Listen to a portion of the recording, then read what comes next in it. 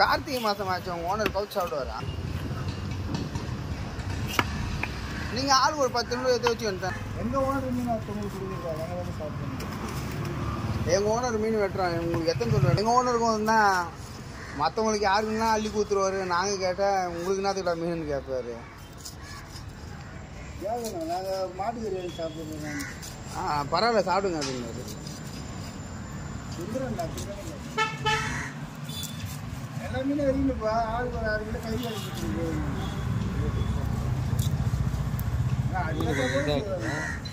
லைட்டாக வீக் ஆயிடுச்சு. ஒருவேளை காந்தி வெட்டுறதால ஏன்னா லைட்டாக வீக் ஆயிடுச்சான்னு தெரியல.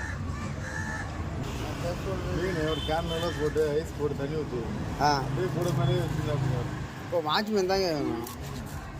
2 வாட்ச்மேனும்